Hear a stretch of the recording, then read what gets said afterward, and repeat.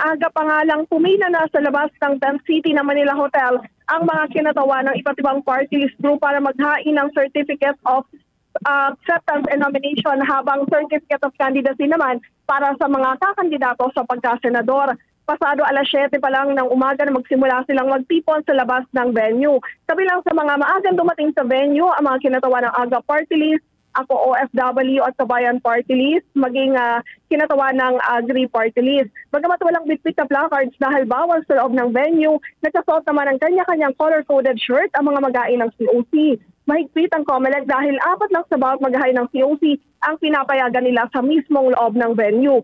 First fighter naman na naghain ng Certificate of Candidacy sa pagkasenador, si Agri Party List Representative Wilbert Lee, nagkakandidato sa pagkasenador sa ilalim ng Aksyon Demokratiko. Ayon kay Lee, kumpiyansa siya na kahit first-termer congressman, may ibubuga siya sa Senado. Kasama sa plataforma niya ay libreng gamot at trabaho para sa lahat. Sa labas nitong Manila Hotel ay naroon yung supporters ng ilang mga kandidato. Bawal kasi sila dito sa mismong compound, kaya nandun lang sila sa may kabilang kalsada malapit sa Quirino Grandstand. Ayon sa COMELEC, hindi naman nila pwedeng pagbawalan kasi yung mga kandidato kung gusto nilang magdala ng kanilang supporters basta nasa loob lamang ng venue kung saan maghahain ng Certificate of Candidacy. Sa huling impormasyon ng COMELEC ay lahat naman daw ng kanilang tanggapan sa buong bansa ay nakapagbukas ng kanilang tanggapan ngayon para sa filing ng COC, kabilang sa mga lugar na naapektuhan ng bagyong Julian. Pero inaalam pa nila, kukumpirmahin pa raw kung yung Batanes na kahapon kasi ay sarado yung opisina